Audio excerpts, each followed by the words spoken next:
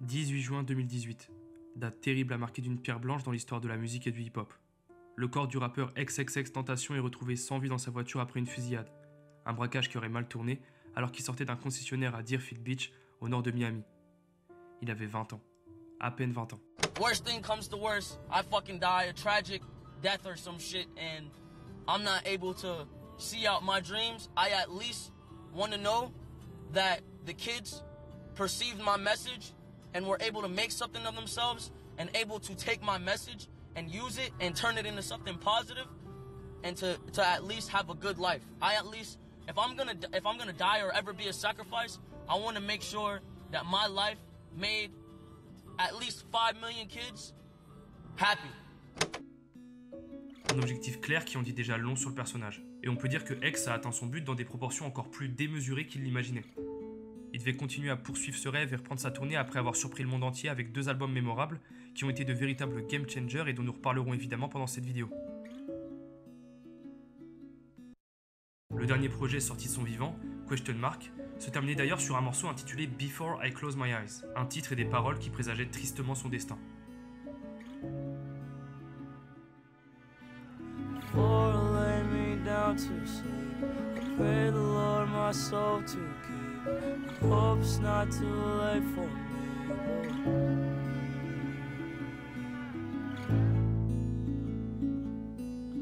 Je pense que plus personne n'est étranger à l'artiste aujourd'hui, j'en suis conscient, et encore moins sur cette chaîne. Mais il me semblait tout de même intéressant de revenir sur son histoire et son impact, ne serait-ce que pour lui rendre un hommage digne de ce nom. C'est important pour moi. C'est vrai, déjà 5 ans qu'il nous a quittés, et j'arrive pas à placer quelqu'un au-dessus de lui quand on me demande qui est mon artiste préféré de tous les temps. Sa musique me suit depuis toujours, et m'a en quelque sorte sauvé à une certaine époque. Comme beaucoup d'ailleurs. Et c'est pour ça qu'il me semblait impératif de retracer l'épopée d'XXXTentacion, l'ange déchu qui a marqué toute une génération.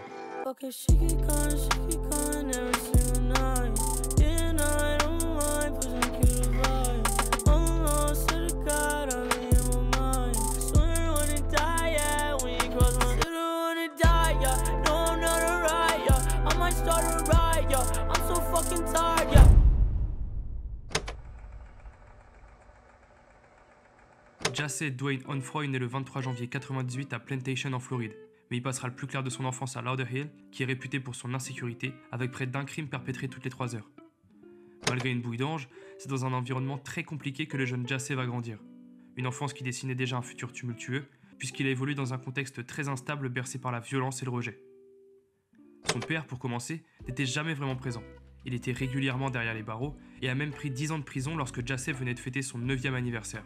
Pourtant, il aimait profondément son fils. Là n'était pas le problème, et il en parle lui-même comme d'une véritable bénédiction. The name Jassé came from Bob Marley.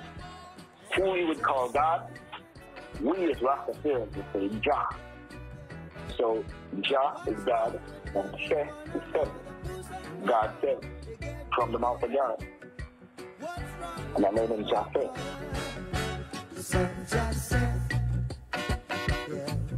Du côté de sa mère, Cléopatra, qui est un petit peu plus connue du public, c'était pas forcément mieux. En effet, le petit garçon était plus souvent confié à des proches de la famille, voire à des amis, plutôt qu'aux côtés de sa propre mère. Pour sa défense, elle a mis Jassé au monde alors qu'elle avait à peine 17 ans. C'est pas forcément une excuse, mais être une mère célibataire sans revenus solides aux États-Unis, qui plus est issue d'un milieu défavorisé, c'est pas forcément la meilleure situation possible pour élever convenablement un enfant. Jassé a tout de même pu se rattacher à sa grand-mère, qui s'occupait majoritairement de lui quand il n'était pas traîné à droite ou à gauche. Cléopatra, à force d'efforts et au bout de quelques années, a pu faire en sorte de trouver le maximum de ressources possibles pour lui offrir une belle enfance malgré tout. Mais est-ce que c'était pas déjà trop tard? When I was growing up, my mom had it hard. My mom had it really hard.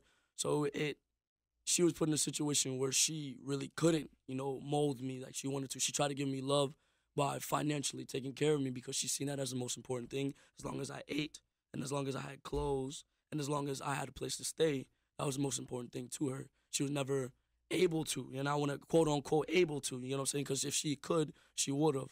She was never able to emotionally nurture me. So that left some sort of, it left some sort of, I guess a burden. I carried a really big burden and self-hate for myself because I felt like I wasn't enough, for a certain amount of time. En effet, même si sa mère parle de lui comme d'un enfant très calme et adorable durant ses premières années, les choses vont vite tourner au cauchemar.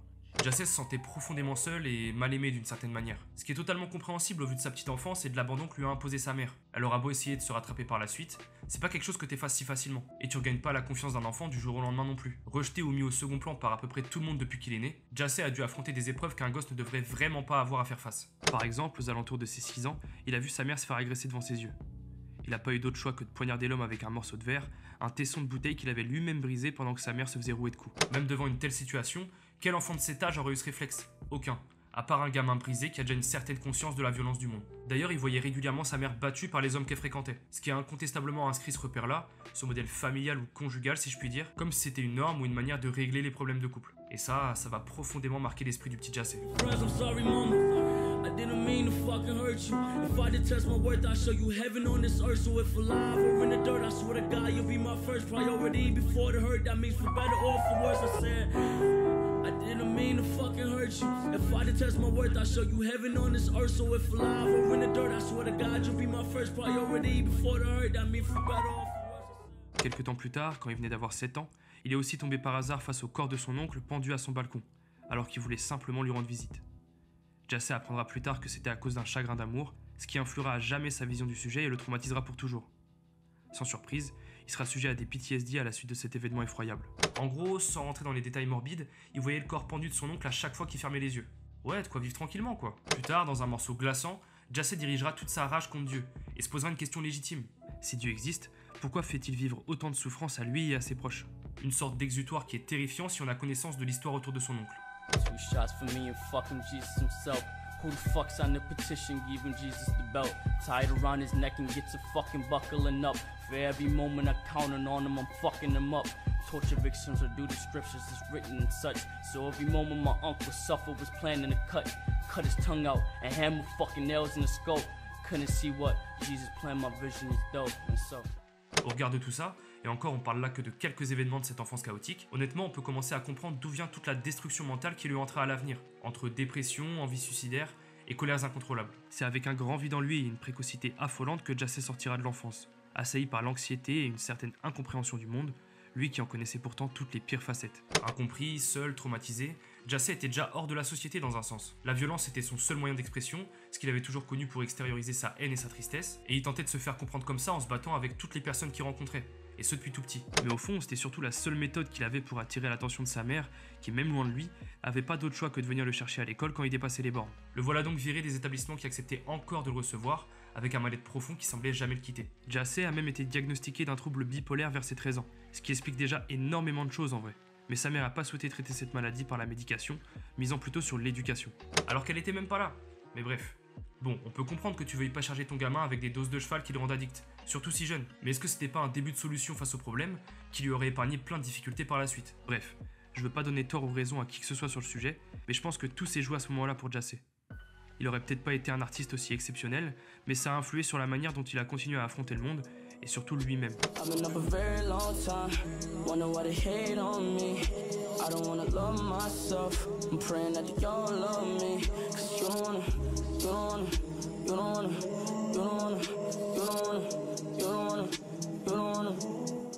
Malgré tout, il y avait une chose qui arrivait à le canaliser, et je pense que vous vous en doutez, c'est la musique. Il se réfugiera quasi essentiellement là-dedans, encore et toujours face à lui-même, comme une façon de faire taire son esprit et ses problèmes.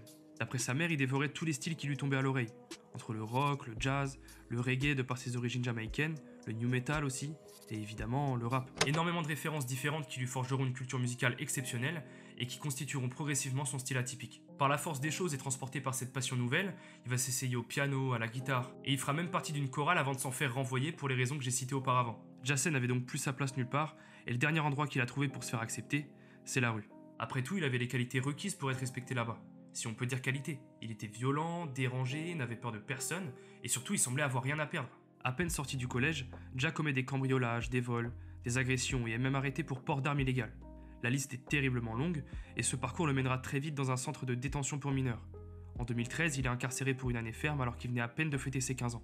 Il était précoce dans tous les domaines, et ça peut en étonner certains, mais c'est ce qui arrive à énormément de jeunes défavorisés qui doivent s'en sortir seuls depuis toujours, comme beaucoup d'adolescents enfermés dans ces prisons. Ce qui était d'ailleurs le cas d'un certain Ski Mask que Jassé rencontrera dans ce centre, un compagnon de cellule qui deviendra rapidement l'un de ses acolytes les plus fidèles. Enfin un véritable ami. It wasn't totally hard because your parents is there, but your parents is not totally there for like either one of us. So it's like, it was hard. We had to make it on our own. They kicked us out. Basically, it was like, fuck it, we finna run it up. We met in jail. We met in jail. And the last met in jail, started rapping together type shit. Shit was rough, bro. On us, parents is some fuck niggas. That's what I gotta say. My mom don't like me. Yeah. I was at least 16. I think he was younger than me at the time. He told me his charges, and I was like, this nigga's in here for armed robbery? For a home invasions? I'm like, okay. What really connected us was we would be beatbox, like making beats on the table, on the chairs and shit, and we would just be freestyling.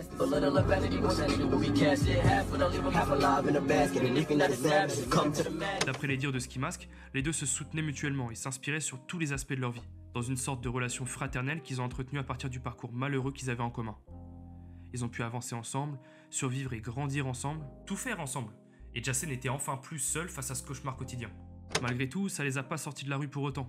Ils étaient toujours aussi en marge de la société et ont continué de vivre comme ils ont toujours vécu, plongeant de plus en plus dans cet environnement criminogène qui était, tout simplement, ce qui se rapprochait le plus d'un foyer pour eux. I remember Cleo's mom picking me and Jahseh up one day, and this is the first time I meet the lady. And she says, why are you hanging out with him? He's a bad kid.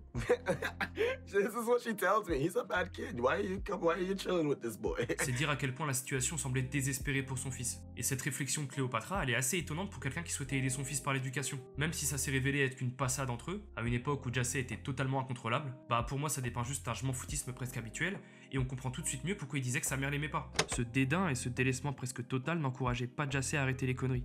Il savait pas vraiment comment se positionner par rapport à sa famille ou vis-à-vis de ses actions. Pour lui, c'était qu'une crise d'adolescence comme les autres, quelque chose de normal. Alors pourquoi se remettre en question? Au final, il a continué à errer dehors avec ses potes, préférait dormir dans la rue que de rentrer vivre chez sa mère. On l'a dit, il avait l'intime conviction que sa famille le détestait, et par conséquent, il se haïssait encore plus. À force de s'essayer au rap de plus en plus sérieusement, ce qui lui a permis de surmonter une détention difficile d'ailleurs, le désormais nommé XXXTentacion et Ski Mask de Slum God ont décidé de créer le groupe Very Rare, qui deviendra plus tard Members Only. Une décision qui changera jamais le cours de leur vie, et je vous laisse donc écouter le premier morceau qu'a enregistré Jahseh. Enfin, XXXTentacion. He's showing signs of corruption. It went from something to nothing. Put his hands on his mother and now he's fucking his cousin. Now she's having his baby. The bitch is driving him crazy. The motherfucker was violent cause he was fresh out the Navy. She dealt with constant abuse, never revealing the truth. She kept the feelings concealed until they rose to the roof. A war star, hard dropped and she was tied to the bed. She said she thought it was over. He put a gun to her head. Un premier jet déjà extrêmement impressionnant pour un mec de 15 ans, surtout en 2013, avec un flow calibré qui traduisait un certain talent. Un talent d'ailleurs vite reconnu par ses pairs. Dans une de ses futures interviews chez No Jumper, il révélera que ce morceau était le premier d'une mixtape qui verra finalement jamais le jour, et en parlera comme l'un de ses meilleurs morceaux storytelling.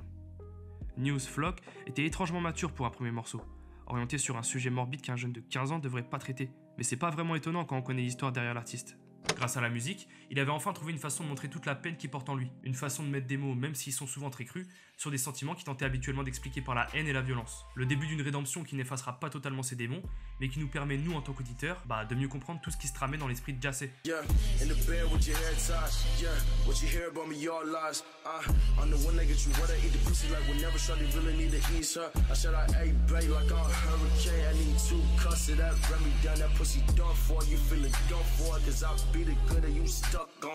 Peu de temps après leur détention, l'argent commençait à manquer, et Ski a proposé à X de cambrioler quelques maisons pour se refaire.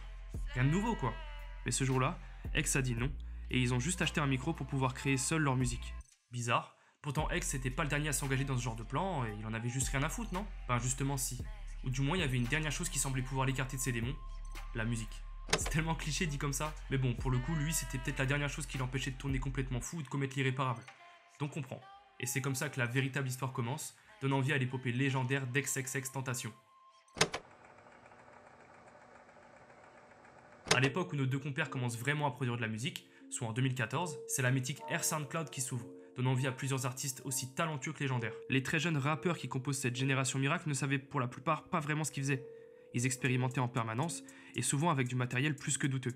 Mais certains de ces artistes ont pris le truc à contre-courant, et ont commencé à utiliser SoundCloud comme un lieu où la créativité n'avait aucune limite. Il pouvait faire ce qu'il voulait sans craindre la moindre censure ou critique sur la qualité audio des morceaux. Par conséquent, les rappeurs de cette période ont pu mélanger les genres sans crainte d'être bridés par un label ou une maison de disques. Et c'est exactement ce qu'a pu entreprendre XXXTentacion, qui de toute façon obéissait à aucune règle.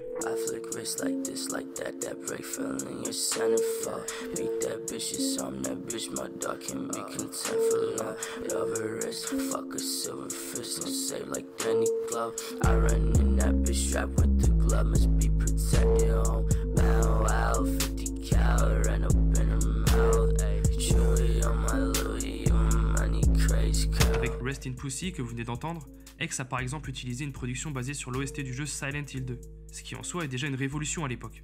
Il n'y avait aucune limite à l'inventivité, et je pense que, étant donné que j'avais son âge, c'est pas pour rien que chacune des références utilisées par X me touchait profondément. Et ce qui m'a le plus plu sur SoundCloud au-delà de ce mélange de références et d'influences, c'est vraiment l'aspect homemade de tous les morceaux qui tournaient dessus. Je l'ai dit, la qualité d'enregistrement était médiocre, le mixage était presque inexistant, il y avait tout le temps des grosses basses qui faisaient cracher les enceintes, mais cet univers vraiment typique de l'underground m'a beaucoup plu. Et les artistes qui évoluaient sur la plateforme n'avaient pas besoin de toute une production autour d'eux pour pondre des morceaux incroyables. Franchement, je pense que cet aspect homemade donnait une aura mystique au son, une certaine proximité avec l'artiste qui m'a émerveillé, et avec X c'était décuplé. Avec Ski et quelques autres rappeurs qui viendront se greffer à Members Only, X se lâchait totalement et ça a beaucoup contribué à faire transparaître l'honnêteté de sa musique. De cette façon, il a trouvé grâce aux yeux d'un public qui en avait marre des industry plants ou des tontons qui régnaient sur le rap depuis plus de 20 ans. Après une ou deux mixtapes qui sont aujourd'hui perdus, c'est le 5 mars 2014 que X va sortir un morceau qui m'a initié à sa musique. Un excellent track sorti sous le nom de Vice City, légendaire sous tous les aspects et illustrant parfaitement les codes de l'ère SoundCloud que nous venons d'évoquer. I seen the press, always being bothered, nevertheless. Kicked me out of prison and putting me to the test. They ask me what is happiness, you write it on a check. Or you feel it on the sweat when your dick is in the breast, give me a second look.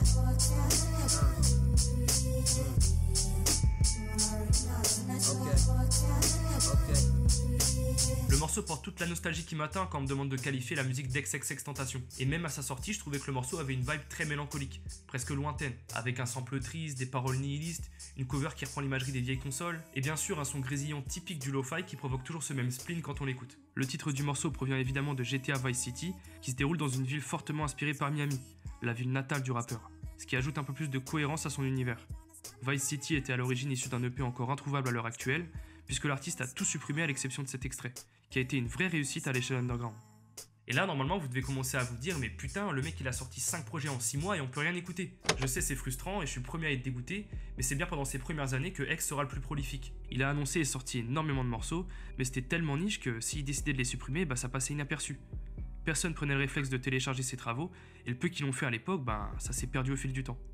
Bref, c'est finalement le 11 mai 2014 que sortira un projet qui est enfin resté, un EP intitulé Ice Hotel, réalisé aux côtés de son ami Ski Mask. C'est à partir de là qu'on commence à voir de vrais patterns dans la musique de X, oscillant entre des samples planants sur fond de couplet presque inaudibles, comme sur l'introduction du projet, et des morceaux sombres et dérangeants comme Ocean Clip, qui apportent un peu plus de matière à l'univers du rappeur. Mais aussi et surtout, on a affaire à des démonstrations d'ego trip qui marqueront les plus grandes réussites du début de sa carrière. Et comment ne pas citer sa prestation incroyable sur Very Rare Boys, en milieu d'EP, où il menace littéralement et de façon très convaincante de tuer ses opposants.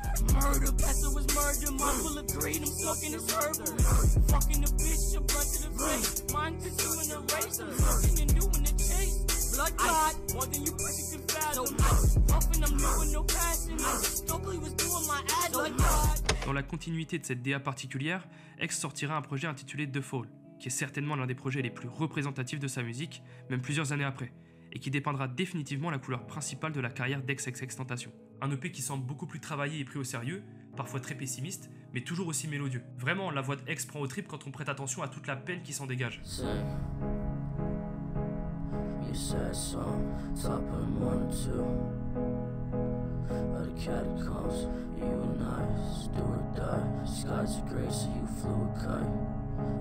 C'est cette voix si caractéristique d'ailleurs avec laquelle il peut rapper, chanter, hurler, que l'enregistrement discutable des morceaux peut s'effacer, voire tourner à son avantage tant ça apporte une aura mystique au matériau de base. De toute façon, le gars est tellement doué qu'on en fait abstraction. En plus, cette brutalité de l'enregistrement, ça crée une sorte de connexion avec l'auditeur, comme s'il parlait directement à son public. Et c'est pas une petite victoire à une époque où tout devenait plus professionnel dans l'industrie du rap, avec des enregistrements techniquement irréprochables et où l'honnêteté artistique se perdait. White Girl par exemple, c'est exactement le type de morceau qui représente cette vibe, et j'ai toujours autant de frissons quand je l'écoute aujourd'hui. J'aimerais tellement vous faire écouter tous les sons que je cite en entier, mais bon, la vidéo prendrait 3 plombes. Sachez juste que sur un seul morceau de X, vous pourrez trouver 6 flows différents sur une même prod. Et ça, croyez-moi, c'est trop impressionnant pour pas aller y jeter une oreille.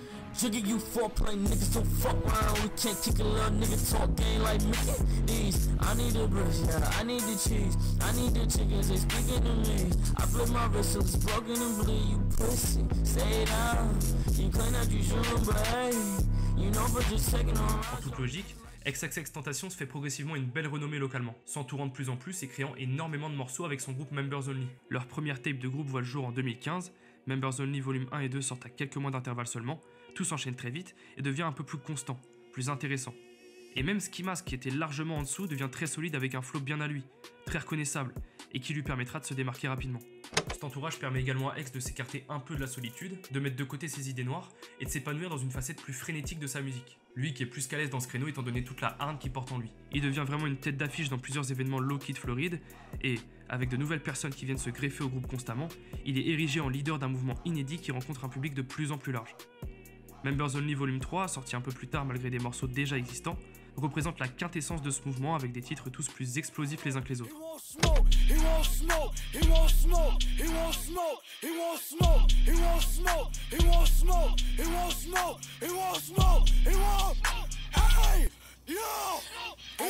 On a pu voir de plus en plus de morceaux apparaître, des morceaux avec des productions aux antipodes de tout ce qui est proposé à l'époque et des manières de les aborder tout aussi surprenantes. Je pense à des ovnis comme Very Rare Forever notamment, mais la versatilité du groupe pourrait permettre de vous citer 20 morceaux supplémentaires. Au-delà de ça, X savait aussi montrer des capacités techniques ahurissantes, avec des freestyles et des morceaux comme Rare Partie 2 ou Supra, qui lui permettent d'inscrire ses lettres de noblesse au registre d'un rap plus classique, toujours en y ajoutant sa patte unique. And it always seemed like all the fucking voices in my head is trying to see me dead before I see my mother wed. And I remember way back when I was dead broke, I was a fucking joke and nobody wanted to fuck with me. Remember sleeping on my nigga real bed, doing anything just to make sure his nigga fed. And now I'm recollecting all the fucking things I said just to get to where I am and everybody wanna. C'est marrant, mais la démocratisation de sa musique s'est aussi beaucoup faite par le biais d'AMV sur YouTube. Les AMV, c'est des montages qui reprennent des scènes iconiques d'animés japonais. Ça peut faire sourire, mais c'est pas surprenant quand on connaît tout l'amour que X portait à cet univers, et donc que son public partageait. On pense directement à des morceaux comme King of the Dead ou I Am, qui ont été repris des centaines de fois, mais moi perso j'en avais réalisé un sur Don't Test Me, que j'adorais par-dessus tout. Ouais, j'étais ce genre de gars, ouais.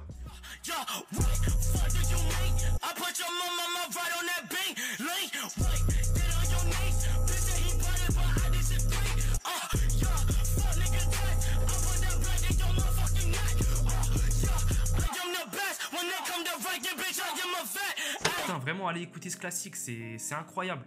Tout sature toujours autant, mais c'est ce qui finalement inscrit la musique des Members Only pour de bon sur la scène US, dépassant petit à petit les frontières de l'underground. Leur dizaine de morceaux ultra débridés, d'à peine plus d'une minute, ça leur a permis d'être omniprésents et surtout reconnaissables, à commencer par X et son timbre de voix effrayant, couplé à la folie qui émanait du personnage. Et évidemment, quand les basses saturent, une fois que le groupe se retrouve sur scène, ça se passe à merveille.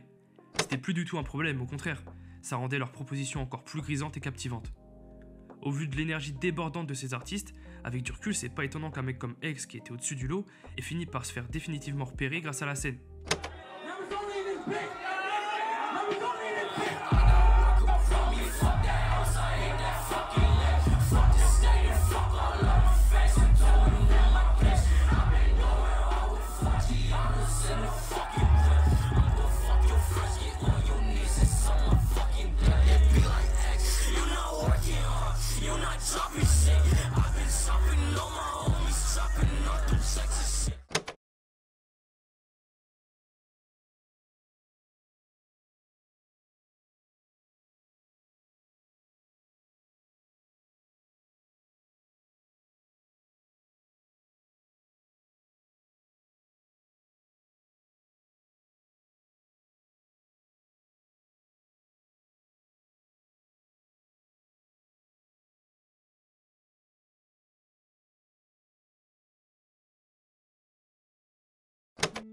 Potentiel envoûtant de sa musique en concert. Mais là où X était encore meilleur, c'est quand il abordait des sujets très difficiles liés à la dépression. Et c'est vrai, c'était des sujets auxquels personne n'osait vraiment toucher à l'époque. Il savait parler avec le cœur, et les gens le ressentaient, ça dépassait largement la musique. Il allait même plus loin en s'érigeant comme une lumière guidant les âmes brisées, et c'est pour ça qu'on le retiendra aujourd'hui en général. En 2016, quand la musique commençait à devenir quelque chose de vraiment sérieux pour X, il reviendra à ses origines en sortant la mixtape It Wasn't Enough, atteignant un public qui va l'encenser et lui permettant de dépasser largement Members Only en termes de popularité. On y retrouve des morceaux à la fois crus et poétiques, parfois pleins de philosophie, sur fond d'une tristesse absolument effrayante. Je peux pas vraiment faire autrement que de citer les deux classiques issus de ce court projet. I Spoke to the Devil in Miami, qui est poignant, mais surtout Snow, une balade magique qui surpasse toute la discographie de X à l'époque.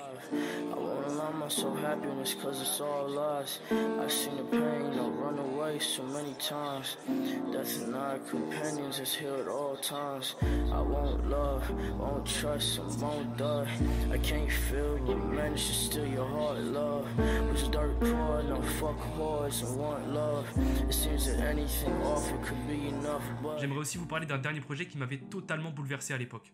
Heartbreak Hotel. Et après, promis, je vous laisse tranquille sur son début de carrière. C'est mon projet préféré de cette époque, et ce pour une raison très simple. C'est le premier EP de X que j'ai poncé quand il est sorti. Et en vrai, objectivement parlant, il contient énormément de morceaux iconiques de l'artiste qui, une fois que le projet sera supprimé des plateformes, seront réutilisés à droite et à gauche en tant que single. Comme quoi, X aussi les trouvait très bons finalement. Skin est mythique, Wing Ridden Angel est magnifique, mais c'est surtout l'interlude Tease qui est devenu absolument légendaire, tenant plus de l'ambiance que du morceau purement rap, avec un sample obscur, des boucles ralenties, des basses qui viennent faire cracher les enceintes, bref, un morceau qu'il faut absolument connaître.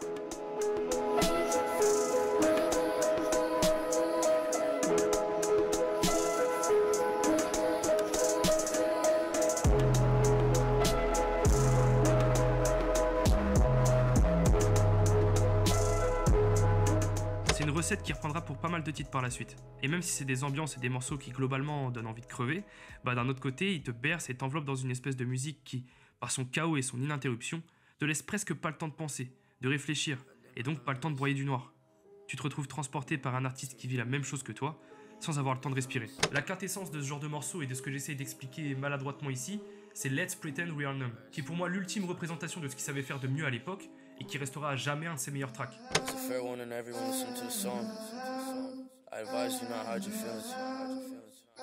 Don't pretend to be okay when you're not okay. Don't pretend to be happy when you're sad. Don't lead to your misery. No, you fucking hate it when you hear my name. I feel the same, and when you hear this, you gon' feel the pain. And all these niggas that you fucking with to get away. But girl, I know you think about it almost every day. And I'll be honest, I'll be jealous of these niggas' true. How you friendly with these niggas that you talk to? Captivated by your mind that you walk to. Can't replace you with these bitches that I talk to. Bref, je vous propose de revenir un petit peu là où il est dans sa vie. Parce que même si j'en ai envie, je pourrais pas parler ni même survoler tout ce qu'a produit X à l'époque.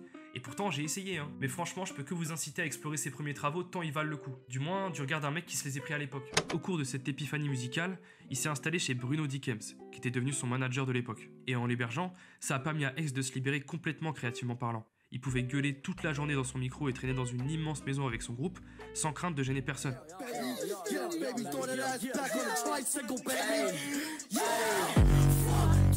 When he was able to stay at Bruno's, I think he was able to hone in on his artistry, like the screamo type distorted beat. No one was delivering like him, you feel me? But this is like one of the first times we've seen Ja yell at the mic. The point girls in the house was going in here like, what the fuck is wrong with this nigga, dog? We were literally living in a porn house. We would see crazy shit every day. And then the rages at the concerts, like all the energy just mashed. We were living it. En effet, ce que je vous ai pas dit, et si vous connaissez pas Bruno Dickems, c'est que c'est un acteur porno assez connu et controversé aux États-Unis. Cette période où Jacey vivait dans sa porn house a d'ailleurs donné lieu à des situations assez invraisemblables, comme des freestyles filmés pendant qu'une scène de cul était tournée derrière, avec l'actrice qui hurle et j'en passe. Bref, il en avait rien à foutre et ça ajoutait encore plus de folie au personnage. X avait aucune limite, et c'est peut-être justement un peu de limite qu'il lui aurait fallu, parce que même si la musique avançait bien, il arrivait toujours pas à dealer avec ses problèmes de violence. He was a small dude, but he had a very loud Napoleon complex to him. I was always the person that people would be coming to calm Jacey down. I basically was always the one that looked him in the face. And I'm just like, I'm here, bro. And I'm gonna be here for you. And I think I was one of the first people to really do that for him and show him that I'm gonna love you either way. That's why he really loved me and felt like I was one of his really true best friends, because no matter what crazy shit Ja did, I had to look him in the eye and hug him and tell him I loved him for him to understand that you're gonna get better. Malgré le début d'un succès notable et une exposition qui lui donnait plus d'attention qu'il n'en avait jamais eu, X continuait à devoir gérer des émotions très difficiles. Selon son ami Ski Mask, la vérité c'est qu'il se détestait lui-même. Il détestait sa propre colère et il était bien conscient de ses problèmes. Pourtant, il était bloqué dans une sorte de spirale qui n'en finit jamais, même s'il essayait d'apprendre à contrôler tout ça. Son plus grand combat en somme. Un combat contre lui-même qui commençait à déborder sur tout ce qui se trouvait autour de lui.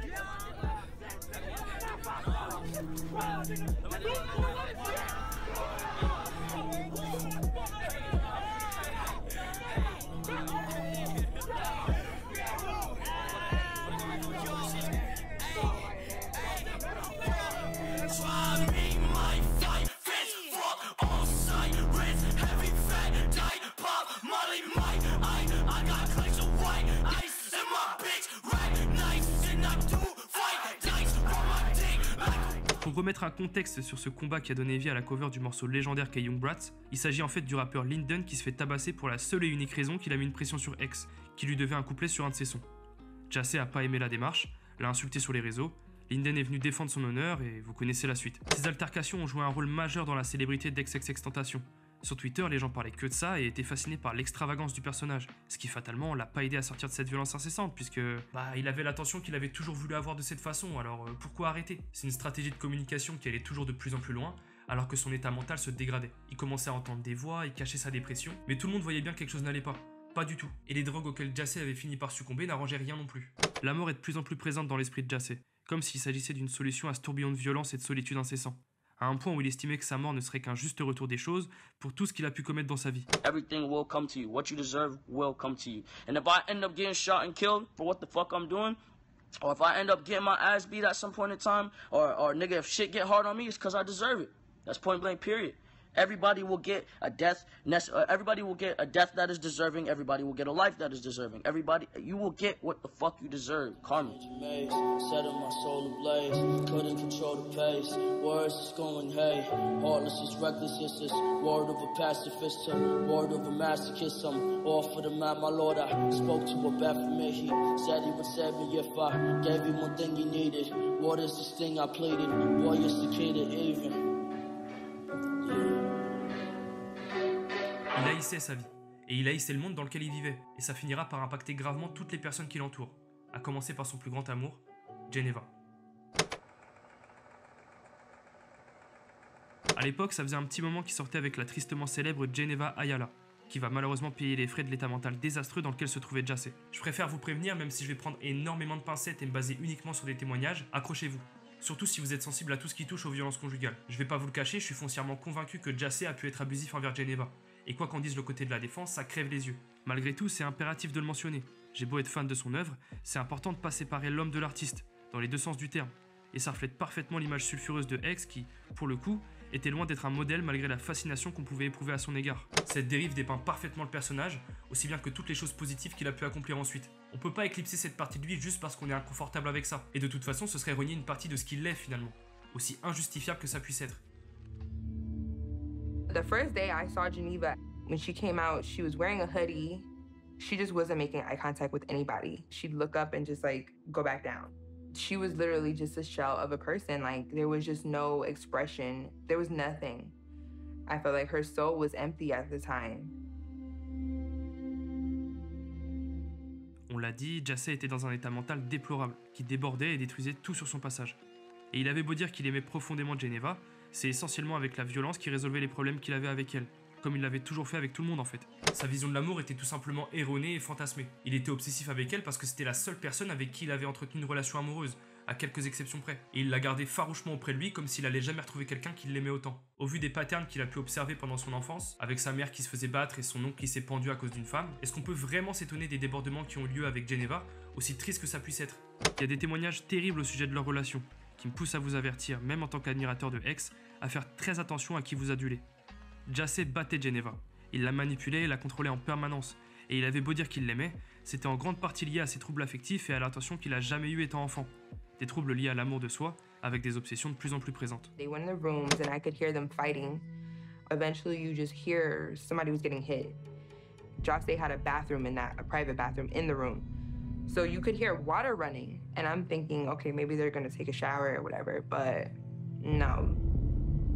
He was literally drowning her in the tub, like putting her under, and you could hear her screams being muffled by the water and being put up and then being put back under the water. And I was banging on the door, begging Cade, like, bro, I'm calling the cops. And he's begging me, don't call the cops, bro. Like, you know I got a situation in Georgia, which he did.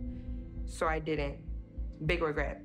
Les personnes autour de lui, que ce soit ses amis, son crew ou ses collaborateurs, personne n'allait à l'encontre de Jahseh, puisqu'il était non seulement le leader de tout ce groupe, presque vénéré, mais aussi parce qu'il était l'artiste qui pouvait leur permettre de faire décoller leur carrière. Si t'étais contre lui, tu pouvais dire adieu à une exposition énorme, donc personne n'a parlé, personne n'a aidé, personne cherchait vraiment à savoir ce qui se passe, alors que ça sautait aux yeux. Seulement un jour, cette photo sort sur les réseaux. Jahseh, qui était encore une fois en prison pour des faits qu'il avait commis par le passé, a appris en sortant que Geneva l'avait trompé avec un membre de son équipe. On saura jamais vraiment ce qui s'est passé, puisque le jugement n'a jamais eu lieu. Mais ce qui est sûr, c'est que Jahseh se défendait inconditionnellement face aux accusations qu'avançait Geneva. This is a story, this is a full story, and this is the last time I will tell it. She was already bruised on her face. All while she was staying with me, she was already bruised on her face. Now with the severe bruising, I don't know how the fucking severe bruising came about, but she had like bruises on the left side of her face when she was at Bruno's. I think she got jumped. That's what I told everybody. Like, yo, she got jumped. Cause the way she was fucked up, I think she got jumped. They're not gonna admit to it. I don't give a fuck. That's not my part of the story. But that bitch got whooped bad. So I didn't beat her. Nor do I give a fuck about who beat her at this time, because now I know she's an evil bitch. There's the story.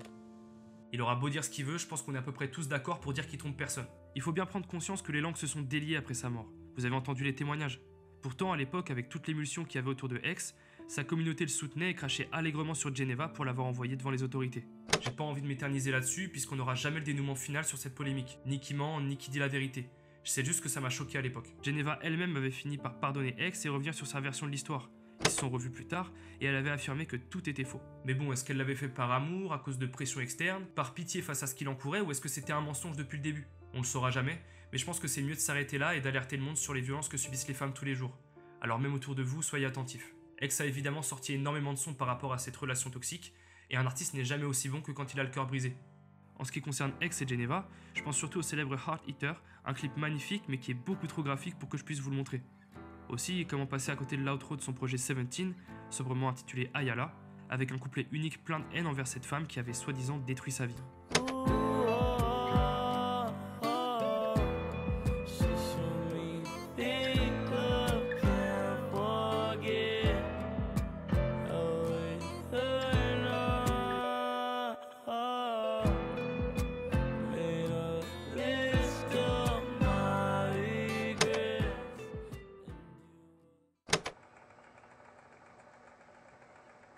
Évidemment, à cause de cette histoire, X a fini par de nouveau être incarcéré. La polémique avec Geneva ayant fait le tour de Twitter, mettant en lumière toute son œuvre, sa popularité a littéralement explosé, atteignant même les artistes les plus en vogue de l'époque. Alors de fil en aiguille, en 2017, la sphère rap découvre peu à peu le phénomène XXXTentacion, et ce surtout grâce à un mugshot extrêmement connu qui accompagnera un morceau phare sorti pendant qu'il était en prison. The first image I ever saw of Jahseh was his mugshot, and it was probably the most polarizing image of an artist I've ever seen in my life. He had tattoos on his face, half blonde, half black hair. He had this stare in his eyes. His eyes almost looked black. His image, it was exciting, it was polarizing. I knew that people wouldn't forget him because he was the first of his kind. Ay, I like bitch, you was your mess. Ay, can't keep my dick in my pants. Ay, my bitch don't love me no more. Ay, she kick me out on life, bro. Ay, that bitch don't wanna be friends. Ay, I give her this, she a man. C'est, je pense, le morceau qui a fait péter SoundCloud et toute la jeune génération de rappeurs qui a émergé via cette plateforme. Ça y est, X est une star, notamment aux États-Unis, et Look At Me marque le début d'une épopée incroyable qui changera à jamais la vie de Jahseh.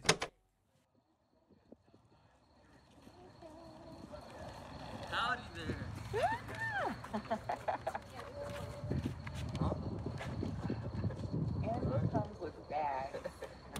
I still feel like I'm dreaming. I feel like I just broke up out this bitch. Yeah, don't go to jail in Broward County. Don't go to jail in Broward County. They not finna let you out. Oh, that boy can't. You look fresher than a bitch. Yo, my nigga! Oh my goodness! I'm out this shit, dog. I'm out this shit, dog. Yeah.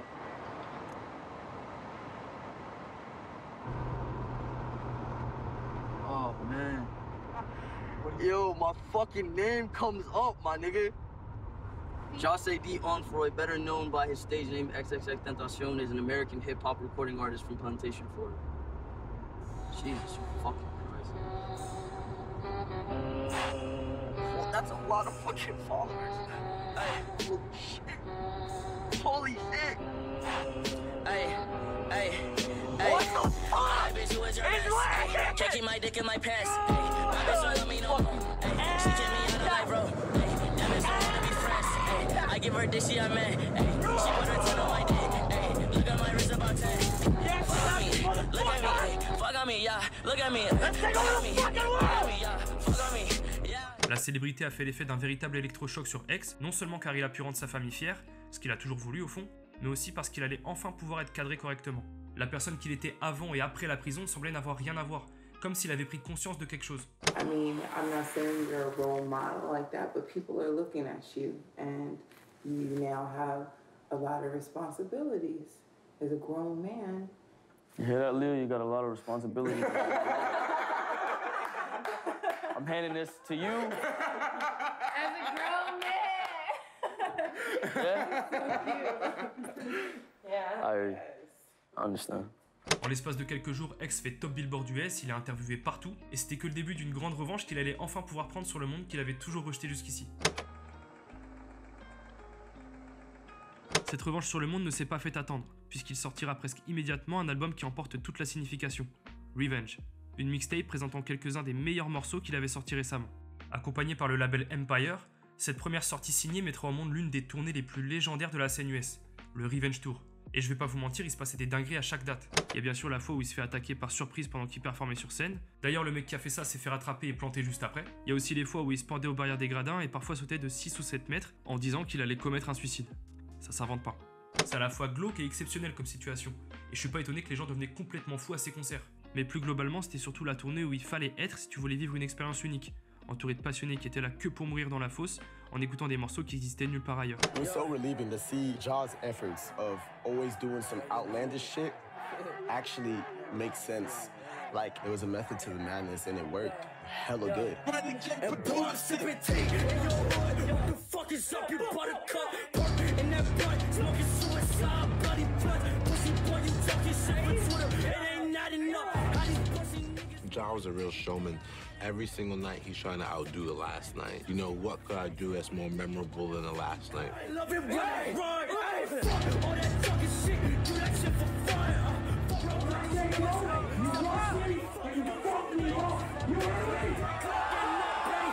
Bitch, I'm sipping tea in your hood. What the fuck is up? Bitch, I'm sipping tea in your hood. What the fuck is up? We're gonna play this shit, and I'm gonna try and commit suicide, okay? Play this shit.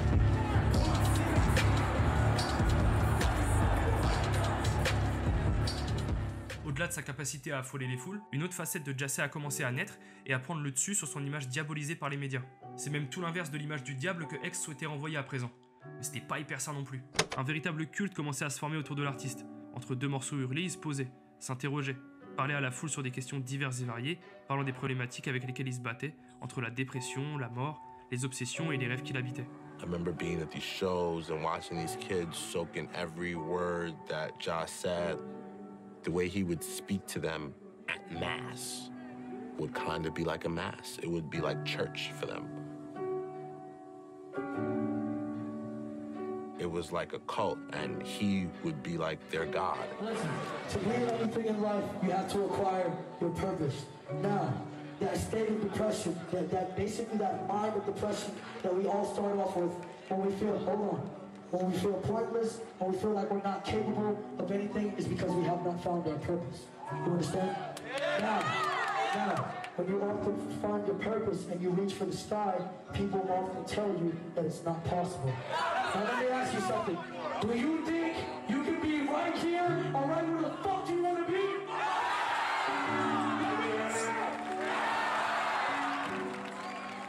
I remember him always telling me, like, I'm making music for the broken people, for the people that feel how I feel. Heart's been broke, I hate myself, but it won't show. I constantly lose all my remorse, and it's time for warfare. Great for the shepherd, and it's one for the sheep.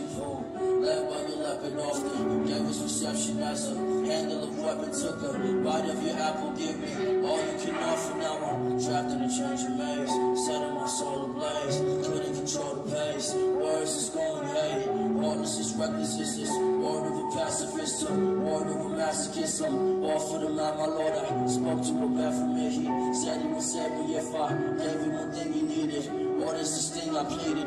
Boy, it's the kid of envy. Malgré le fait que Jace ait quitté l'école très tôt, il était extrêmement intelligent et surtout très éloquent. Il était vraiment habité par ses idéaux et ses discours transportaient le public. Ses prises de position l'ont érigé à un statut d'omniscience que j'ai rarement observé ailleurs. Tout le monde l'écoutait quand il s'exprimait et il a rapidement réussi à changer son image violente en plaçant sa passion et sa rage dans les mots. Il apportait énormément de messages positifs, abordait des sujets inédits et éduquait sa large audience aux questions du racisme, des inégalités et s'élevait globalement contre toutes sortes de haine aveugle.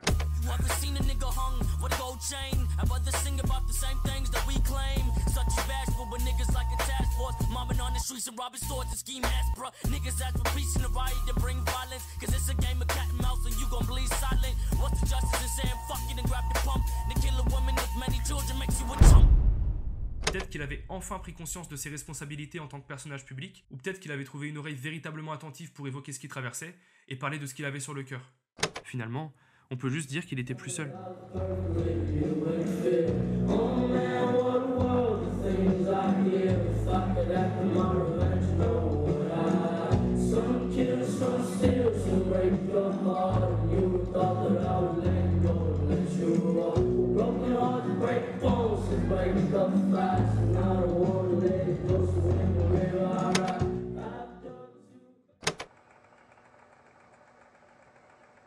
Quand bien même sa musique devenait virale, notamment avec les quelques morceaux explosifs de Revenge, X y souhaitait renouer avec la narration de ses sentiments les plus profonds et extérioriser ses démons. Surtout que maintenant il a une tribune gigantesque et dévouée qui est prête à recevoir pleinement son message et sa vision du monde.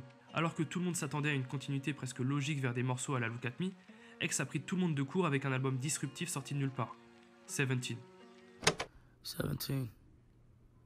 A collection of nightmares, thoughts, and real-life situations I've lived. And if you are not willing to accept my emotion and hear my words fully, do not listen. I do not value your money.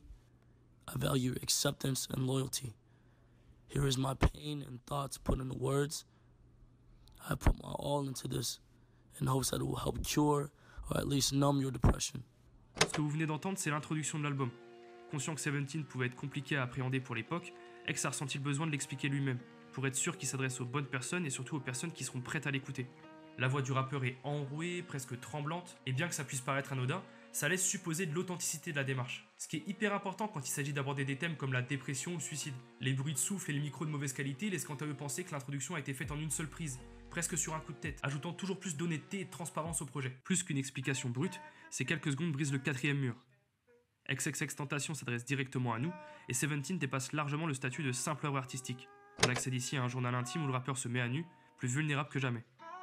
On est persuadé à la fin de son discours que ce qui ressortira de cet album sera tout sauf de l'entertainment. Ce revirement de carrière, soit les gens allaient l'adorer, soit ils allaient totalement laisser tomber X. En tout cas, le risque était pris, et vous pouvez être sûr qu'avant de l'écouter, personne s'attendait à un tel album. Et moi le premier. Pourtant, ceux qui pensaient qu'ils se tiraient une balle dans le pied en adoptant une stratégie à contre-courant des tendances, la réalité les a fait mentir. Au contraire, en jouant la carte de la sincérité, X a fait très fort. Avec cet album à la teinte sombre, triste et nostalgique, il a non seulement touché sa cible en s'adressant en premier lieu à ceux qui lui ressemblent, mais a également réussi à fédérer autour de sujets universels qu'on aborde habituellement avec une grande pudeur.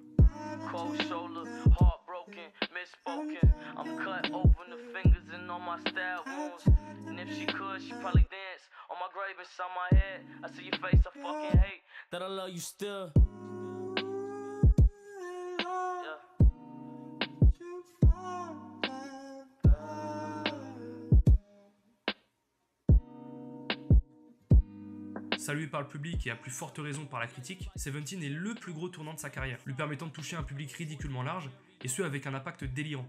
Je me souviens encore de la sortie de l'album. J'écoutais ça seul sur mon balcon en pleine nuit, à la fin du mois d'août, avec toute la mélancolie que la fin de l'été implique. Une de mes plus belles expériences musicales tout simplement, à la fois surpris par le thème de l'album et les qualités artistiques de X, que j'étais content de retrouver dans ce créneau. Étant moi-même dans un état mental assez déplorable à l'époque, 17 m'a permis de mettre des mots sur ce que je ressentais. Ça m'a permis de comprendre que j'étais pas seul face à tout ça. Comme si quelqu'un me comprenait d'une certaine manière. D'ailleurs, je pense qu'on est beaucoup dans ce cas. Et c'est l'une des raisons qui, au-delà de la surprise et de la qualité sonore de l'album, justifie son succès sans précédent. Si la première couleur qu'on pourrait donner à l'album est un noir d'encre impénétrable, en réalité il s'agit d'un exutoire magnifique teinté d'espoir, tant pour X que pour ceux qui l'écoutent. C'est vrai, être sauvé, c'est tout le sujet de l'album. Hello, from the dark side in, does anybody here wanna be my friend?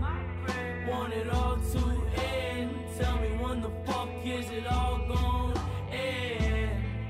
What's in my head, telling me I'm gonna end up dead?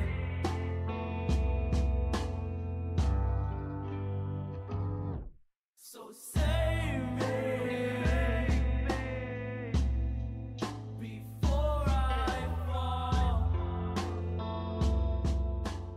Cet album, bien plus abouti que les précédents tant en termes de direction artistique que de production pure, nous a surtout permis d'apprécier la justesse de la voix si caractéristique d'XXXTentacion. Malgré une qualité sonore notable, qui est en totale contradiction avec ses anciens travaux, Seventeen a gardé cette vibe underground, honnête et sincère, comme si ça sortait d'une seule session studio improvisée. La cover du projet résume d'ailleurs parfaitement cet état d'esprit. On y aperçoit de nombreuses pages recouvertes de mots repassés avec colère, le rappeur y évoquant les pensées qu'il harcèle sans arrêt, comme pour les extraire de son esprit ou les expurger de son être. Grâce à ces notes écrites avant tout pour lui-même en prison, X matérialise cette idée de journal intime dont nous parlons tout à l'heure, et il nous le livre physiquement à travers cet album. Sur Seventeen, il y a surtout un morceau qui s'est démarqué des autres, un titre encore plus personnel, qui, n'ayons pas peur des mots, est le véritable classique de sa carrière.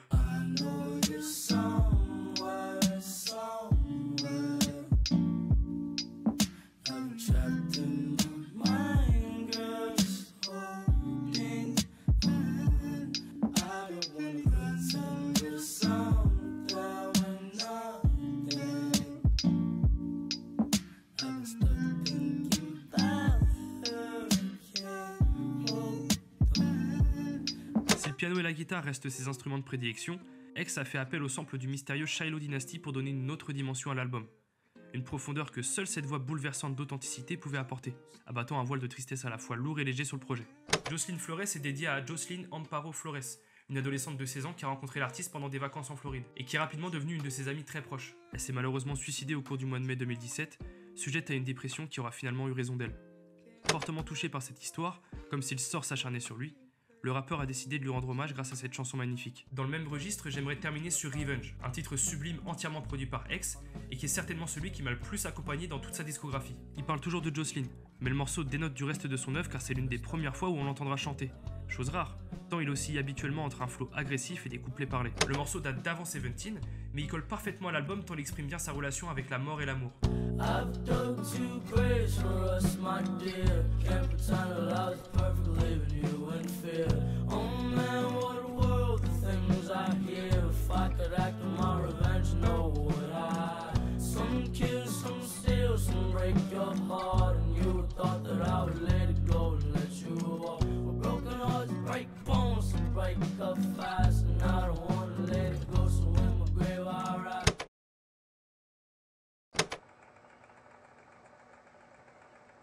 Malgré le succès, l'attention, la compréhension du public et la catharsis entamée avec Seventeen, X était toujours aux prises avec une anxiété grandissante. Le mec avait quoi, 19 ans à peine? On peut comprendre que ça puisse être difficile de gérer la célébrité, la pression des médias et les polémiques qui l'entouraient, surtout au regard de ses antécédents psychologiques. Peu après Seventeen, la déposition de Geneva dans l'affaire de violence domestique qui incrimine Jahseh a été dévoilée au grand jour. La déposition indique qu'il était dans un état mental bien plus déplorable qu'on l'imaginait, puisqu'il avait apparemment pour habitude de frapper sa tête contre les murs et de se mutiler régulièrement. Des gros red flags qui risquaient d'aller beaucoup plus loin si son entourage faisait pas quelque chose rapidement. Un jour, comme une sorte de ras-le-bol à la Britney Spears, Jahseh s'est rasé les sourcils, teint les cheveux en gris, tatoué le front et a lancé un live Instagram où il disait s'appeler Ugly, soit laid en français. Il expliquait la démarche comme une destruction de sa forme passée pour voir qui resterait pour lui et ce qu'il est réellement. Un craquage qui a donc mené à une destruction physique littérale, traduisant l'état mental dans lequel il se trouvait et les réflexions paranoïaques qui tournaient en boucle dans sa tête. If you feel as if your physical identity has to be the same as everyone else's to be socially acceptable, you're stupid. Be yourself. À cette époque difficile, au-delà de la médication, son entourage a avoué qu'il s'adonnait à des trips sous acide, comme s'il essayait de libérer son esprit de toute la tempête qui faisait rage autour de lui. Lui, il expliquait simplement qu'il cherchait à creuser au plus profond de lui-même pour comprendre pourquoi il était comme ça, pourquoi il se haïssait et pour comprendre pourquoi il avait fait des actes aussi impardonnables tout au long de sa vie. Cette période compliquée a tout de même donné lieu à un EP qui vaut le détour, A Ghetto Christmas Carol, sorti juste avant Noël 2017.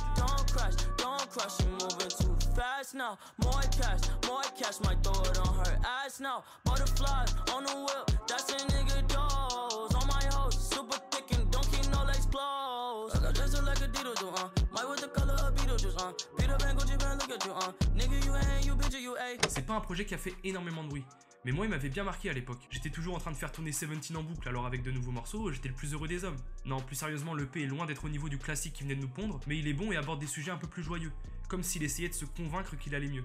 On se retrouve alors avec 5 morceaux au style diamétralement opposé, qui étayent encore un peu plus la palette artistique d'XXXTentacion.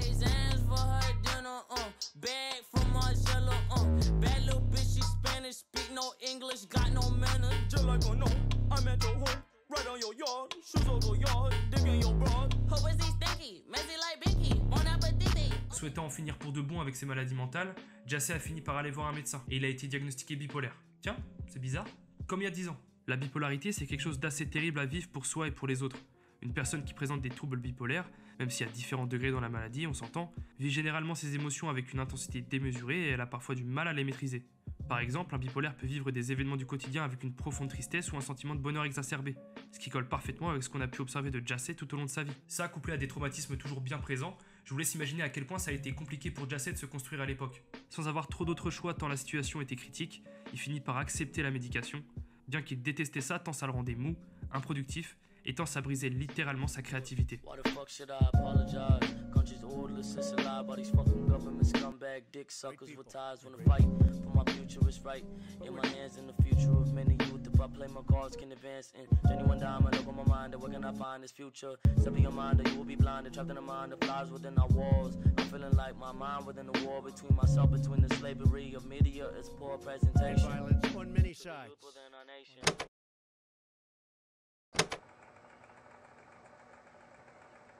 En s'éloignant à certains moments des projecteurs et en entamant une véritable guérison, XXXTentacion a pu remettre en question tous les aspects de sa vie. Il voulait changer son image sulfureuse vers quelque chose de positif, et il a commencé à travailler quotidiennement sur ça. Ça lui a même permis de renouer un lien fort avec sa fanbase, qui elle le soutenait toujours autant. Bon, ça avait toujours les allures d'un culte ou d'une dérive sectaire, mais disons que c'était exclusivement bienveillant, et surtout pour la bonne cause. Okay guys, so basically this is what I wanted to explain today, just based off of what I've learned and the amount of time that I've been alive, experiencing love, for that matter.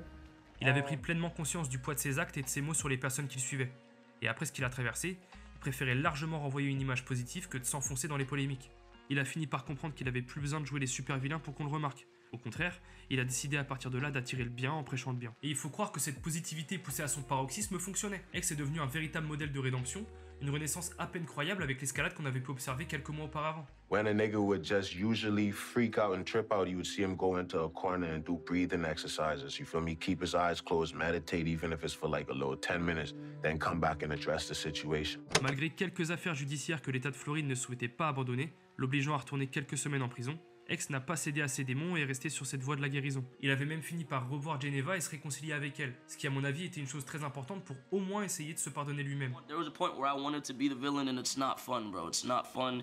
People it doesn't attract anything that you truly want.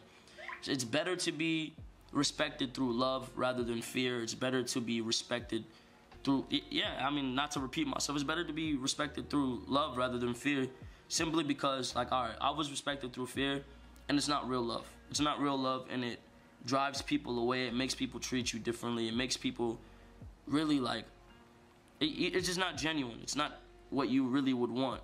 So I'm trying my best to escape that realm of mind and that realm of thought in order to evolve into not only a teacher, but just someone to motivate the youth and to push the youth in a positive direction. La musique d'XXXTentacion sera plus qu'impactée par cet état d'esprit totalement inédit.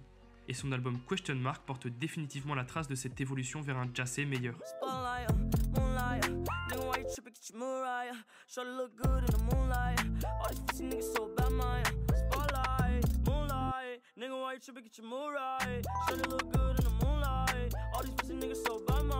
Nous sommes le 16 mars 2018 et le jeune prodige prend instantanément la première place du Billboard US avec son nouvel album. Un retour plus qu'attendu donc, pas étonnant vu l'attention qu'il avait engrangée et le succès qu'avait obtenu 17, qui pour le coup avait littéralement choqué le monde entier.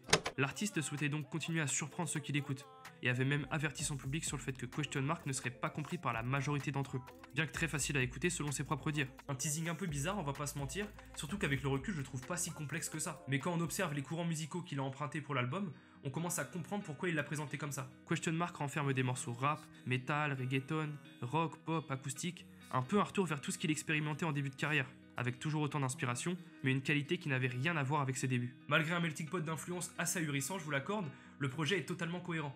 Et cette cohérence, je pense qu'on la doit beaucoup à John Cunningham, musicien et directeur artistique qui accompagne X dans son processus créatif depuis 17. Il a été un cadre artistique exemplaire pour X et nous a permis d'avoir des morceaux hybrides complètement en marge de ce qui se faisait à l'époque, sans que ça paraisse inadapté à l'album, au contraire même.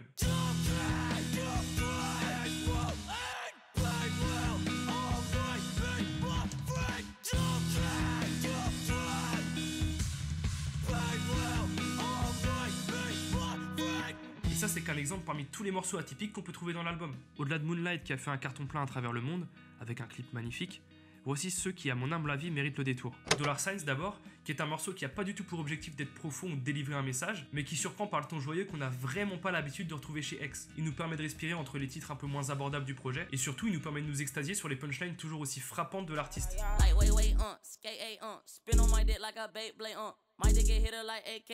These voices beggars, they bases, Tie up your legs while you tripping like, hey. Wanna get done, I say this every day, These niggas jealous and, boy, you was bitter like medicine, Dans le même esprit, si vous aimez la facette ego trip d'XXXTentacion, je vous recommande fortement Smash avec PNB Rock, qui est extrêmement efficace. Je l'ai dit, ces morceaux nous permettent de souffler un peu, et on va en avoir besoin non seulement pour digérer les ovnis du projet, mais surtout pour endurer les morceaux au thème lourd, typiques de l'artiste, qu'on retrouve évidemment sur Question Mark. J'ai déjà évoqué Before I Close My Eyes au début de la vidéo, qui figure parmi mes morceaux préférés de l'album, mais comment passer à côté de Numb ou de Changes? Ces derniers montrent à quel point Jahseh était encore obsédé par son ex, à quel point leur relation l'a brisé, et à quel point le changement supposé de Geneva le détruisait. En tout cas, il l'aime toujours autant, il le criait sur tous les toits, et son malheur lui a inspiré des questionnements poignants sur l'amour tout au long du projet.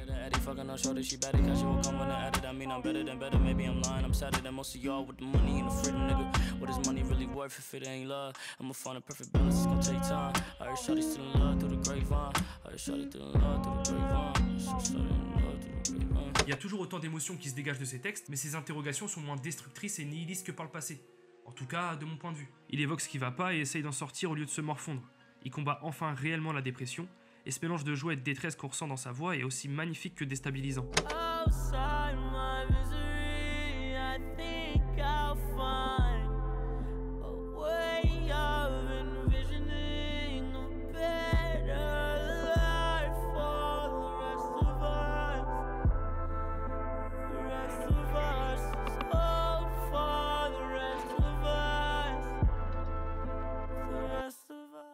En plus de ça, techniquement parlant, il est toujours irréprochable, voire carrément impressionnant. Et si on me demande de le prouver, je vous invite à écouter son couplet sur Infinity en feat avec Joey Badass, qui est selon moi l'une de ses plus belles démonstrations techniques depuis le début de sa carrière. Ouais, rien que ça.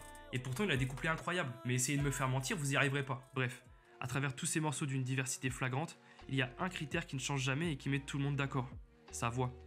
Une voix incroyable à laquelle l'enregistrement rend enfin honneur et qui lui permet de toucher l'âme de ses auditeurs avec une facilité déconcertante.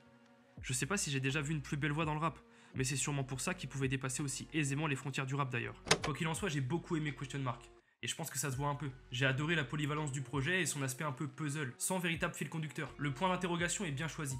Je vous ai pas parlé des morceaux les plus atypiques, mais au premier abord, on se demande vraiment ce qu'il a voulu faire avec ce projet. Pourtant, je saurais pas expliquer pourquoi, mais on arrive à comprendre une histoire à travers l'écoute. On ressent son évolution en tant qu'artiste, mais surtout en tant que personne. J'aime aussi beaucoup le fait que l'appréciation de l'album soit propre à chacun. Il y a énormément de morceaux qui surplombent sa carrière, et pourtant aucun consensus n'existe sur les meilleurs morceaux de Question Mark. Il y a plusieurs tracks que j'écoute jamais, alors que pour d'autres, c'est leur référence du projet. C'est paradoxal, mais ça prouve bel et bien la qualité de l'album, qui est capable de toucher un spectre si large de sonorités qui peut parler à tout le monde sans exception. Même aux fans de la première heure qui s'attachaient aux morceaux frénétiques et saturés.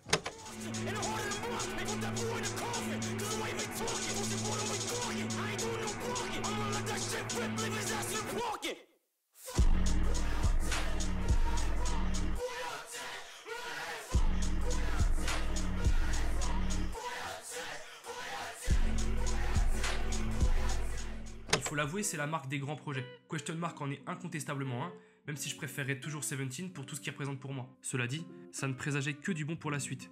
On voyait tous que Jahseh effaçait progressivement sa part d'ombre, la tristesse et la mort quittant ses yeux pour laisser place à un visage clair, souriant et surtout apaisé.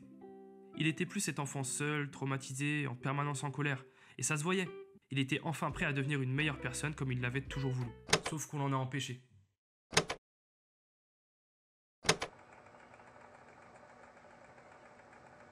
The rapper XXX Tentacion has been shot, apparently targeted while shopping for a motorcycle. Chopper 4 was over the scene on North Dixie Highway near Sample Road. The Broward Sheriff's Office says they got a call about the shooting at around 4 p.m. They say the rapper was transported to an area hospital where the Sheriff's Office says he died. Avec un succès planétaire et une liste d'ennemis longue comme le bras, qu'est-ce qui a poussé Jassé à sortir sans sécurité ce jour-là? Alors, la réalité, c'est que son passé criminel le rattrapait, et au lendemain du 18 juin 2018, il allait devoir répondre de ses actes face à la justice. En courant 20 ans de prison, Jassé réfléchissait sérieusement à entamer une cavale. He spoke about possibly running, and I was like, "Ja, where are you gonna go? You have blue hair with tats all over your face. You're not exactly gonna blend in with the crowd." And he was like, I don't understand what's happening or why. And I said, "Kid, you're powerful." I said, "I've watched you control your crowd and your audience." I said, that's dangerous. Après une longue discussion avec sa mère qui l'empêchera de commettre une autre bêtise, Ja a décidé de se vider la tête en allant acheter une nouvelle moto. Le besoin de penser à autre chose se faisant pressant, il a mis de côté la sécurité pour vite aller sortir respirer. Une décision hâtive, regrettable, qui scellera malheureusement son destin. Because at the time he had about 3 bikes in the garage and then some other ones at his other house. Like he doesn't even ride them. But I knew my son. I knew it was because he was so worried. He was so scared. Typically, I'd be like arguing with him about those type of things if it doesn't make sense. But I knew what that was. And so I was like, okay, let me get security together for you. And he was like, nah, they're gonna take too long. Sa mère aussi avait un mauvais pressentiment. Et elle s'est pas trompée. Je vous épargne le récit de sa famille et de ses amis à propos de cette terrible épreuve. Si jamais ça vous intéresse, je vous conseille d'aller voir l'excellent documentaire Look at Me, qui m'a permis de récupérer pas mal d'extraits et d'interviews exclusives à propos de Jassé. Malgré tout, je trouvais important de citer la dernière phrase qu'il a prononcée face au canon de ses agresseurs. What is this for? À quoi ça sert? Une phrase qui représente parfaitement sa nouvelle vision du monde, une paix intérieure qui remet naïvement en doute toute forme de violence.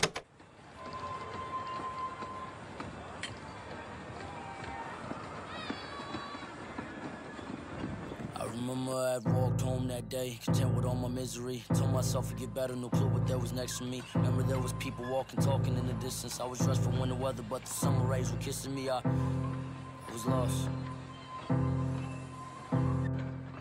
So I took a different path. In the distance he awaited me. Had no weapon, I'm guessing his hands were just enough for me. Was no question, I'm guessing he laughed just at the sight of me. And there he was. His presence was alarming. As he approached was casual, we talked about self-harming. He told me, kid, you shouldn't be walking on your own. He smiled and laughed and pat my back. He asked, how far are you from home? I said, maybe 30 minutes. His frequency distorted quick, I seen it in his image. I should've run right fucking there. You ever woke up on the train track with no motherfucking clothes on? Dead before your eyes, you praying to God, but ain't no response. Trying to scream for hope, just a shoulder that you can lean on. But ain't nobody coming, so you scream on and scream on and scream on. While the evil fuck laugh at you. Train getting closer, you still surprised that he battered you. Tears falling harder and harder, minutes get minuscule. Could've had a son or a daughter, now what you finna do?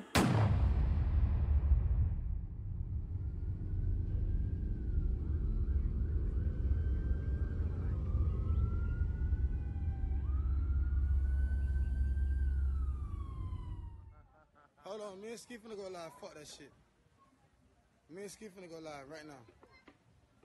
This that very rare bro, shit. I think X got shot, bro. I think X got shot, bro. I think X got shot, bro. I think X got shot. I think X got shot. You said what? X got shot, bro. I think X got shot. Like, for real, I think X got shot, bro. Nah. What you mean? Yeah, deadass, bro. I think X got shot, fam. Nah, you lying. That ain't happening. They would have called me. Nah, G shit. I'm calling everybody. Gabe, Solomon, they all telling me, bro, go check. They tell them how they doing CPR on the man and shit.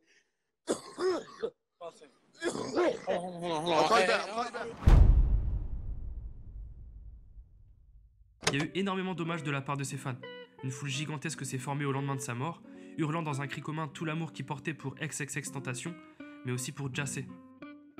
Mais moi, ce qui m'a le plus marqué, c'est le nombre hallucinant d'artistes qui lui ont rendu hommage sur les réseaux.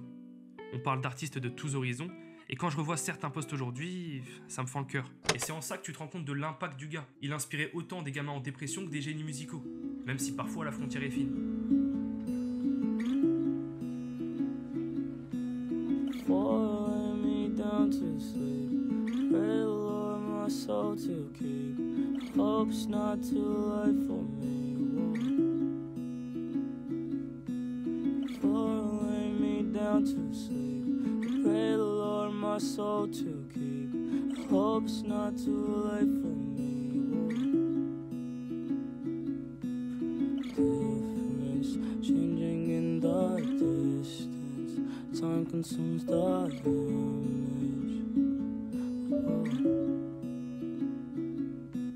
Before I lay me down to sleep, pray the Lord my soul to keep. Hope it's not too late for me.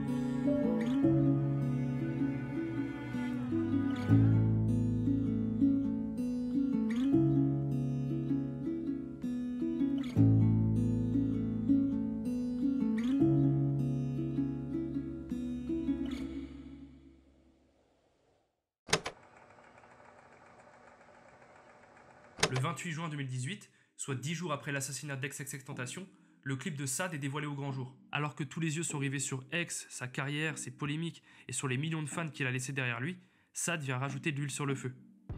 En effet, si vous connaissez pas le clip, il s'agit en fait d'une mise en scène de sa mort, où il combat et enterre son ancien lui afin de renaître sous une nouvelle forme. C'est une transformation qu'il avait réalisée dans la vraie vie, et ceux qui avaient pu observer cette évolution ont vite fait le rapprochement entre la fiction et la réalité. Le public était encore dans une forme de déni face à la mort de leur idole, et l'humain adorant le mystère, il y a beaucoup de rumeurs qui ont vu le jour suite à ce clip. Comme quoi il aurait poussé le vide jusqu'à la réalité pour observer l'impact de sa mort, et comprendre l'influence qu'il aurait eu en tant qu'artiste malgré les polémiques qui tournaient autour de lui. En même temps, avec des passages cryptiques où il fait face à la mort, qui coïncident parfaitement avec la réalité, c'est difficile de ne pas se laisser tenter par les théories du complot. Mais ne vous y trompez pas, c'est purement un hasard puisque le clip était destiné à sortir pour promouvoir Question Mark, au même titre que Moonlight. I love when you're around, but I fucking hate when you leave. I'm not afraid to let go. You decide if you're ever gonna let me know. Yeah, suicide if you ever try to let go. I'm sad, I know, yeah. I'm sad, I know, yeah. I'm not afraid to let go. You decide if you're ever gonna let me know. Yeah, suicide if you ever try to let go. I'm sad, I know, yeah. I'm sad, I know, yeah.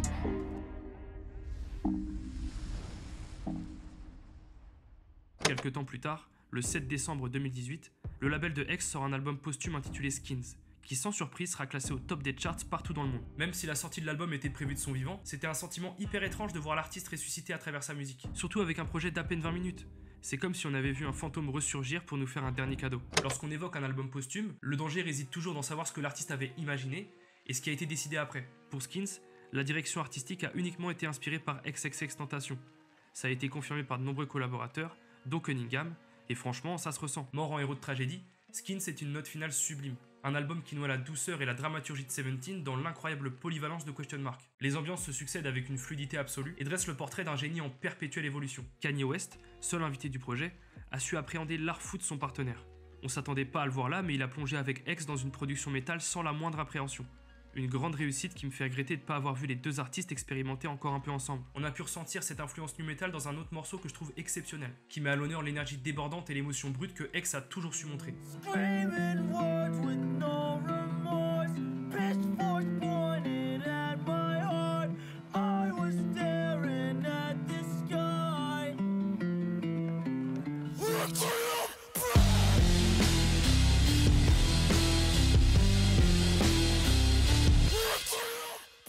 Au-delà des morceaux concept toujours aussi innovants, et encore j'ai pas parlé de Train Food qui m'a laissé sur le cul, l'album est difficile à écouter si vous êtes un fan de la première heure. Non pas parce qu'il est devenu mainstream, bien au contraire, mais parce que certains morceaux vous provoqueront un sentiment de vertige assez désagréable. Personnellement, c'est ce que j'ai ressenti avec le titre Guardian Angel, qui utilise l'instrumental de Jocelyn Flores en reversed. Je sais pas pourquoi, mais j'associe ce morceau à la mort de X. Peut-être parce que c'est le premier morceau de Skins, et donc le premier morceau que j'avais entendu lui depuis sa mort.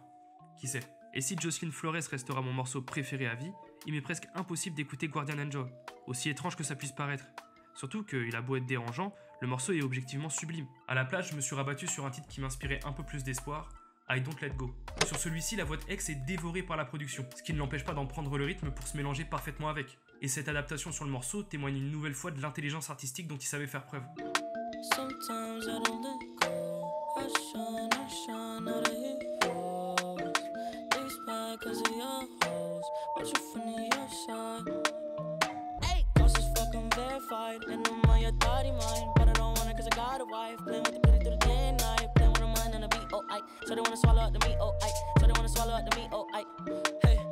Évidemment, je ne vais pas vous faire toute la tracklist, la vidéo est déjà bien assez longue comme ça, mais vous avez bien compris que Skins est un incontournable à découvrir par vous-même et à explorer pleinement. En plus de ça, j'ai pas envie de me lamenter davantage sur la mort de cet artiste incroyable, qui aurait pu devenir l'une des plus grandes légendes de la musique si on lui en avait laissé le temps. Malgré les rares défauts qu'on peut lui trouver, Skins reste un magnifique testament imaginé par X, le dernier épisode d'une trilogie lunaire qui, en 1 an et demi seulement, a fasciné le monde entier. Ça déchire le cœur, mais l'outro du projet What Are You So Afraid Of sonne comme l'une des dernières fois où on entendra la voix incroyable de Jahseh. C'est comme l'ultime adieu d'un génie dont on aura à peine eu le temps de profiter, offrant un majestueux message à lui-même et à tout son auditoire. So afraid of, is it love or wasting your time?